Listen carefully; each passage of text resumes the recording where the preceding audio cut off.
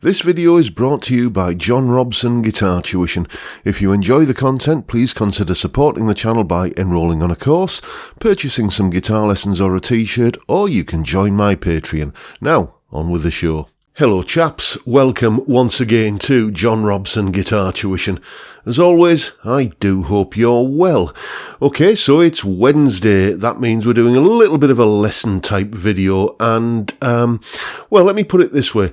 I don't really consider myself a particularly fast or flashy, shreddy kind of guitarist. If I'm honest, if I try for anything in a solo, I always like to be, kind of going for something melodic. Nevertheless, I can, when the need arises, turn in the occasional flash of speed, if so required.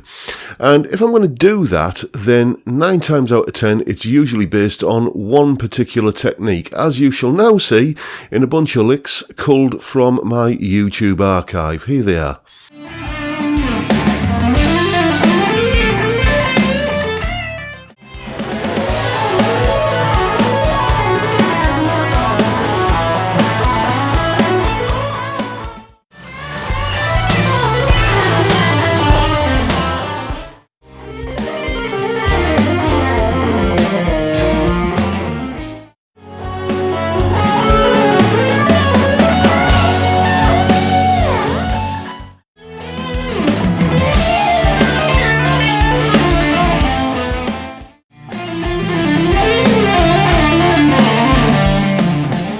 So what have all those licks got in common? Well, they are all using a legato technique. It's probably my favourite technique for putting a little bit of flashiness in when the need arises.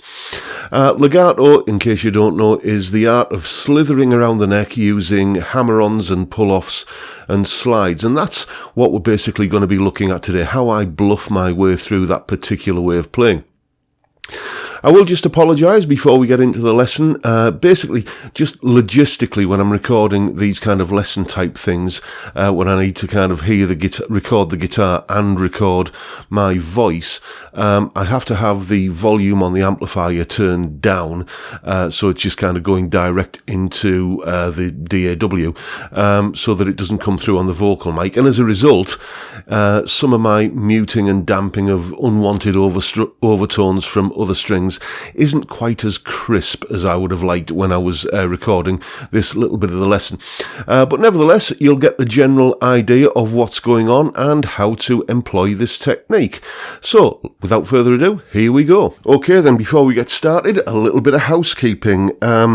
First of all of the notes that I'm going to be using in all of these examples all come from the scale of G major, the G major scale. There it is there, G, A, B, C, D, E, F sharp and G, which means that all of these examples that you're going to be hearing today and seeing demonstrated basically will all work over any chord sequence in the key of G major, which basically means any chord sequence based on some or all of these chords here: G, A minor, B minor, C, D, E minor, and F sharp diminished.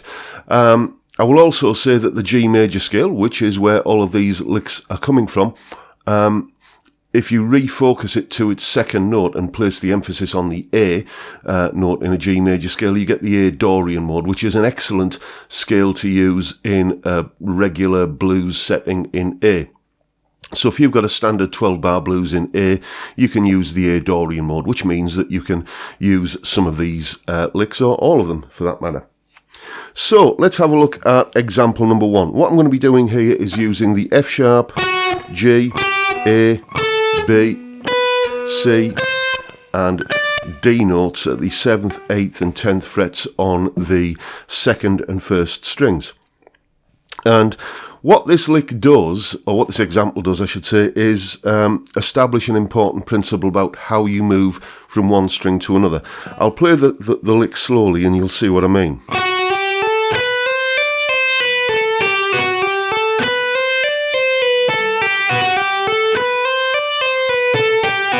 Like that, okay? So what you'll notice there is that when I'm moving from a lower string to a higher string, so from the B string to the E string, I'm doing that with a pick. Okay? But when I'm going from a higher string to a lower string, I'm doing that with a hammer-on. So like that. I'm hammering on with my little finger like that. And we can daisy chain that together to get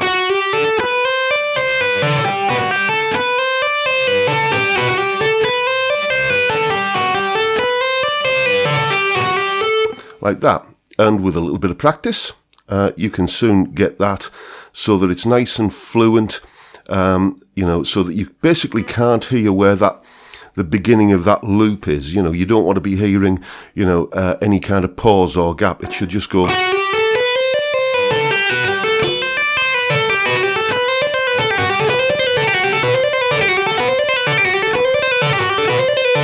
like that. And as you can see there, it's, you know, relatively straightforward to build up the speed. It's going to take your time, but basically aim for the fluency aspect of it first, and then the speed will come. So that establishes movement in this plane from string to string. As I say, going in that direction, pick, going in that direction, use a hammer-on with your pinky. Now we need to establish some way of moving in this plane, and quite obviously we're going to do that with a slide. So what I'm going to do is take all of the notes in this little group and move them down one step of the scale. So now we're going to get that, okay? And I'm just going to kind of connect the two positions with that slide there like this. So I'm going to get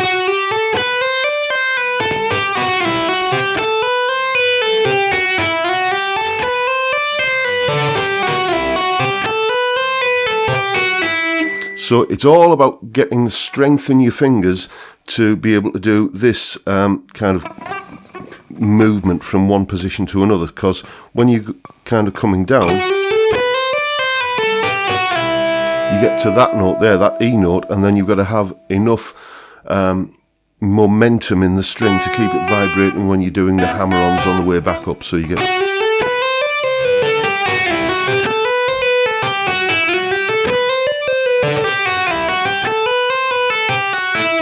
and with a little bit of speed,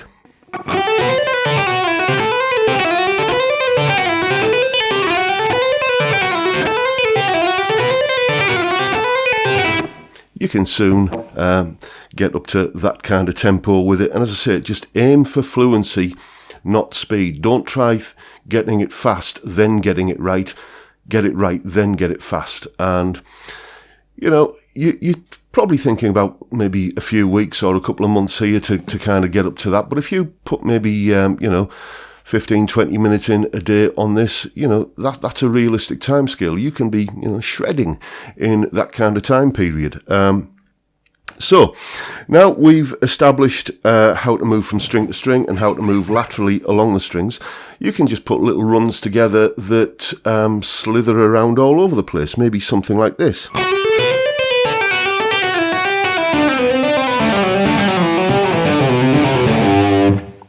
With a bit of speed behind it.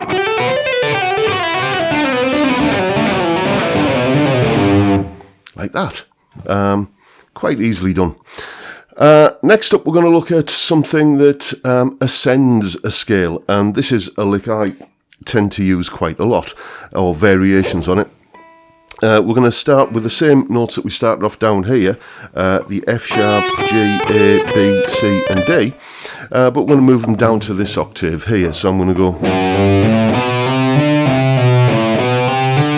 that's basically the lick, okay? So I'm going,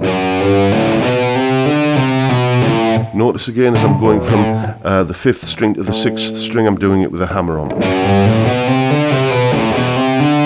Like that, and then I'm just going to move that lick to the next octave up. So starting on the F sharp note here, 4th fret on the on the D string rather, and that's going to give me, and then move it up to our original position up here, 7th fret on the B string, and then I can finish that off with a big bend. So here's that all run together.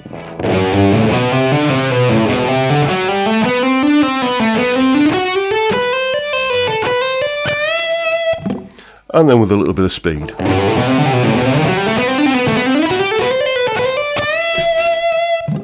Like that. And really speaking, if we're relying a lot on hammer-ons and pull-offs, to generate the flurry of notes that we're getting here. Then there is another logical thing that we can do, which is to introduce a little bit of tapping with this hand. So what I'm going to do here is just come up with a little sort of descending lick around about here.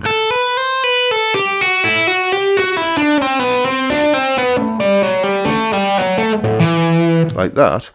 And essentially on each string I'm going to tap the next note up the string. So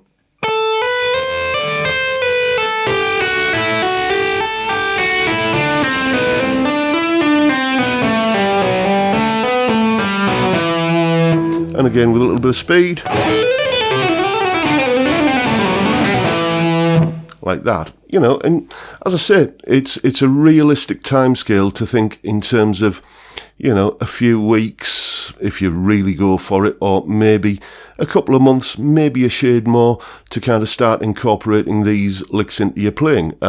This is something that, you know, more than one of my students has achieved, you know, relatively quickly. So, you know, and you've got some licks there that'll turn a few heads when you start throwing them in every now and again.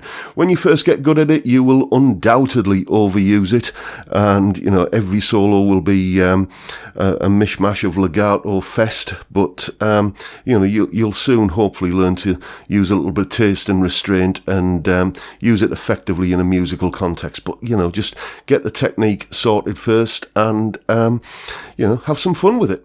And of course, all of those examples that you saw me demonstrating there are all tabbed out up on my Patreon page. They're there in Guitar Pro and PDF formats. It's up on my Patreon, just as a little thank you to all of my wonderful Patreon supporters who are supporting me. Thank you, guys. It is really, truly appreciated. I'm really grateful. There's the address for the Patreon. It's only $3 a month, and you get all of these additional resources for these YouTube lessons. And as I say, thank you if you're supporting me in that way, or any of the other ways that you can support me. All the links are in the description. Thank you so much if you're pitching in to help me keep the lights on around here, and thank you in advance if you're thinking about doing it. And that is pretty much it for today, folks. Hope you found this video useful and informative, and if you have, please hit the subscribe button and the notification bell if you haven't already done so, and why not give me a like while you're at it. What else have I got to mention? Oh yes, don't forget the live stream on Friday, 5 PM UK time. Bit of a just beer and chat live stream. It's a great way to kick off the weekend. I'd love to see many of you there. And with that, I'll bid you all a good day and say thank you for watching. Thank you so much for your time. Look after yourselves, folks. Stay well, stay safe, and above all, stay sane. Bye for now.